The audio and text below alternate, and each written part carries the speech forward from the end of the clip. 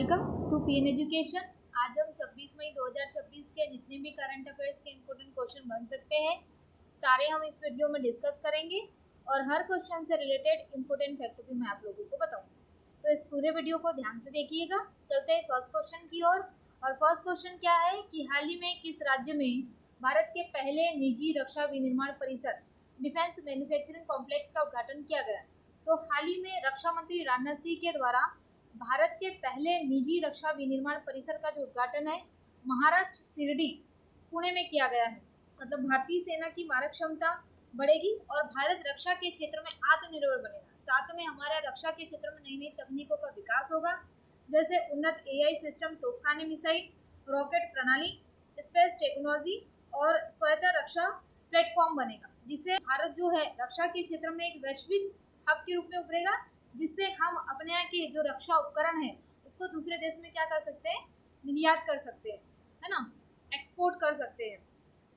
इसके अलावा रक्षा मंत्री के द्वारा भारत की पहली 300 किलोमीटर यूनिवर्सल रॉकेट लॉन्चिंग प्रणाली सूर्यास्त को भी हरी झंडी दिखाई गई। अब ये सूर्यास्त क्या है ना, तो सूर्यास्त 300 किलोमीटर वाली सार्वभौमिक रॉकेट प्रशिक्षण प्रणाली है।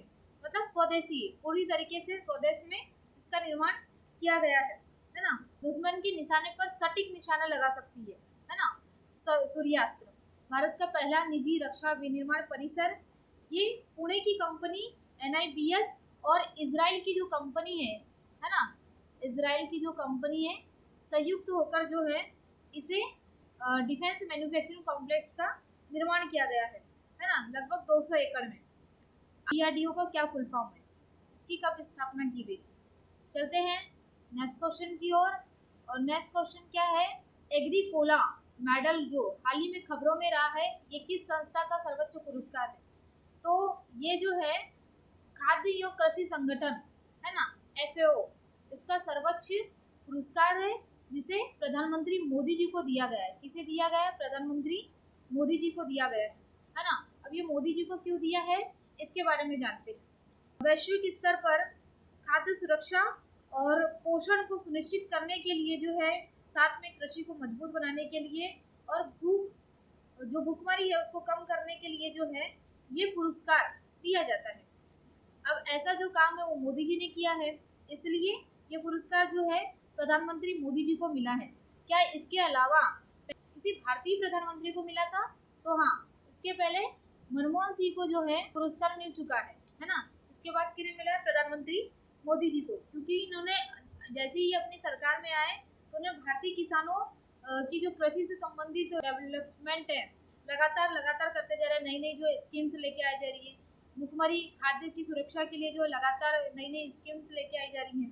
अब यहाँ बात करते हैं कि प्रधानमंत्री मोदी जी मतलब नई सरकार बीजेपी की सरकार में जो है क्या क्या स्कीम्स लेके आई गई। तो खाद्य की सुरक्षा के लिए हमने मोटे अनाज मतलब प्रधानमंत्री श्री अन्न योजना लेके आए थे।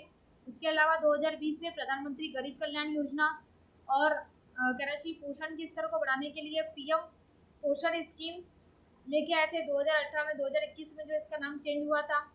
अभी हाल ही में हमने कृषि क्षेत्र में जो है दलहन में आत्मनिर्भर बनाने के लिए दलहन आत्मनिर्भर मिशन लॉन्च किया 2026 में, ताकि हम 2021 तक के क्या कर सके, दलहन के क्षेत्र में आत्मनिर्भर बन सके, है ना। दलहन के क्षेत्र में हम लोग आत्मनिर्भर बन सके। इसके अलावा कृषि क्षेत्र में जो है प्रधानमंत्री धन धान्य कृषि योजना लेके आया है, जिसके तहत हमने 100 जिले को जो है टारगेट किया है कि 17 विभाग इस पे काम कर रहे हैं और कृषि से संबंधित लगातार जो है विकास हो सके। इसके अलावा नमो ड्रोन दीदी लेके आए हैं और फसल बीमा योजना, है ना। तो कुल मिला के इस सरकार के द्वारा जो है कृषि क्षेत्र में लगातार कार्य किया जा रहा है। अब यहाँ पे एक और क्वेश्चन ये उठता है कि खाद्य एवं कृषि संगठन FAO इसकी स्थापना कब की गई थी? तो इसकी स्थापना 1945 में की गई थी और इसका जो हेडक्वार्टर है वो कहाँ पर है? आपके रोम में। कहाँ है? रोम में। इसमें कुल कितने सदस्य देश हैं? तो 195 सदस्य देश है ना। ये क्वेश्चन पूछा भी गया था, खाद्य एवं कृषि संगठन की स्थापना कब की गई थी और इसका हेडक्वार्टर क्या है। अब यहाँ पे जो ऑप्शन दिए हैं, विश्व स्वास्थ्य संगठन WHO, आप मुझे कमेंट बॉक्स में बताना WHO की स्थापना कब की गई थी और इसका हेडक्वार्टर कहाँ है। चलते हैं नेक्स्ट क्वेश्चन की ओर। और नेक्स्ट क्वेश्चन क्या है, कि भारत में इंटरनेशनल बिग कैट अलायंस का पहला शिखर सम्मेलन 1 जून 2026 को कहाँ आयोजित किया जाएगा? ये किया जाएगा नई दिल्ली में। लेकिन अभी खबर निकल कर आ रही है कि जो इंटरनेशनल बिग कैट अलायंस था वो नई दिल्ली में होने वाला था, जो कि स्थगित हो गया है। अब ये क्यों हुआ है इसके बारे में जानते हैं। और इंटरनेशनल बिग कैट अलायंस के अंतर्गत कितनी बिग कैट को जो है शामिल किया गया है। तो भारत द्वारा 7 बड़ी जो बिल्लियां हैं, शेर, बाघ, तेंदुआ, हिम तेंदुआ, चीता और जगुआरा और प्यूमा, इन 7 बड़ी बिल्लियों को, क्योंकि ये IUCN की रेड डाटा बुक में है, तो इन 7 बड़ी बिल्लियों को जो है इसी के through international big cat alliance का जो है प्रथम शिखर सम्मेलन भारत में होने वाला था। क्यों? क्योंकि मानव द्वारा और लगातार जलवायु परिवर्तन के द्वारा जो है आवास का क्या हो रहा है, क्षरण हो रहा है, अवैध शिकार होते जा रहा है। तो इनकी सुरक्षा के लिए जो है एक सम्मेलन हो रहा था नई दिल्ली में, है ना। इसके अलावा एक और चीज निकल के आ रही है कि जब ये नई दिल्ली में होने वाला था तो इसे नई दिल्ली मतलब कि दिल्ली घोषणा पत्र भी कहा जाने वाला था, है ना। क्या कहा जाने वाला था? दिल्ली घोषणा पत्र, है ना। इसे दिल्ली घोषणा पत्र भी कहा जाने वाला था। इसके अलावा इसका जो शुभारंभ है प्रधानमंत्री मोदी जी द्वारा 50वीं वर्षगांठ, किसकी 50वीं वर्षगांठ, है ना, टाइगर प्रोजेक्ट की 50वीं वर्षगांठ पर जो है इस कहना चाहिए इंटरनेशनल बिग कैट अलायंस की जो है शुभारंभ किया गया था। अब यहाँ पे एक और चीज निकल के आ रही है कि टाइगर प्रोजेक्ट क्या है ना। तो ये जो टाइगर प्रोजेक्ट है 1973 में जो है चलाया गया था बाघ की सुरक्षा के लिए, है ना। शेर, बाघ की सुरक्षा के लिए टाइगर प्रोजेक्ट चलाया गया था 1973 में, और 2023 में इन्हें 50 वर्ष पूरे कर चुके थे। इसी की IUCN क्या है ना। अब यहाँ से एक और क्वेश्चन बन रहा है कि IUCN क्या है। तो IUCN का फुल फॉर्म है international union conservation of nature, और इसकी स्थापना 5 अक्टूबर 1948 को की गई। कब? 1948 को। इसका हेडक्वार्टर कहाँ है? तो ग्लाड्स स्विट्जरलैंड में है। और इसी के थ्रू जो रेड डाटा बुक है उसकी स्थापना 1964 में की गई थी, और 1964 से जो है ये रेड डाटा बुक जारी करता है पौधों पर, जानवरों पर और कवकों पर, है ना। ये क्वेश्चन पूछा गया था कि रेड डाटा बुक किससे संबंधित है, तो पौधों से भी, जानवरों से भी और कवक से भी जो है ये रेड डाटा बुक जारी करता है। अब दूसरा ये क्वेश्चन उठता है कि इस इंटरनेशनल बिग कैट अलायंस में कुल कितने सदस्य देश है ना। तो कुल कितने सदस्य देश है? 24 सदस्य देश है, और 5 जो है वो पर्यवेक्षक देश है।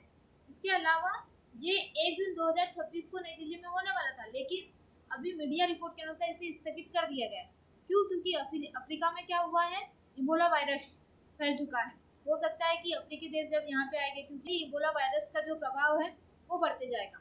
तो इसी को देखते हुए इंटरनेशनल बिग कैट अलायंस नई दिल्ली में होने वाला था, जो स्थगित हो गया। ठीक है, आप मुझे कमेंट बॉक्स में बताइएगा कि इबोला वायरस क्या होता है। ठीक है, ये मानव शरीर को किस प्रकार प्रभावित करता है। ठीक है, चलते हैं नेक्स्ट क्वेश्चन की ओर। और हाल ही में किस राज्य में वरिष्ठ नागरिकों के देखभाल के लिए देश का पहला एल्डरली केयर डिपार्टमेंट शुरू करने की घोषणा की है? तो ये किसने शुरू करने की घोषणा की है? केरला में। केरला सरकार के द्वारा बुजुर्गों के स्वास्थ्य और सुरक्षा की देखभाल को बेहतर बनाने के लिए भारत का पहला बुजुर्ग देखभाल विभाग बनाए जाने की घोषणा की, क्योंकि केरला तो ऐसे भी नए नए काम करते रहता है ना। और केरला अगर देखा जाए तो सबसे साक्षरता में पहले स्थान पर है। तो इसी को देखते हुए जो इन्होंने बुजुर्ग देखभाल विभाग की स्थापना की, है ना। आप मुझे कमेंट बॉक्स में बताइएगा केरल की सबसे बड़ी जो झील है वो कौन सी है। चलते हैं नेक्स्ट क्वेश्चन की ओर। और नेक्स्ट क्वेश्चन क्या है? भारतीय वायुसेना की पहली महिला केट क्वालिफाइड फैलिंग इंसुलेटर कौन बनी है? तो ये कौन बनी है? स्काई वार्डन लीडर सानिया बनी है ना। ये बनने वाली पहली भारतीय महिला है जो वायुसेना में अपने से जो जूनियर पायलट है उसको प्रशिक्षण प्रदान करेगी, है ना। तो हमारे लिए जो है सबसे बड़ी गौरव की बात है। महिलाएं जो है वायुसेना, नौसेना, इन क्षेत्र में जो अपना लगातार योगदान देते जा रही है। और आप मुझे कमेंट बॉक्स में बताइएगा कि भारत की पहली महिला जो है IAS अधिकारी कौन थी। तो ये था आज का हमारा वीडियो। आपको ये वीडियो कैसा लगा प्लीज़ कमेंट बॉक्स में ज़रूर बताइएगा। और अभी तक आपने हमारे एजुकेशन चैनल को सब्सक्राइब नहीं किया है तो प्लीज़ इसे सब्सक्राइब कर दीजिए। निश्चित ही आपको इस चैनल के माध्यम से मदद अवश्य मिलेगी। Thank you.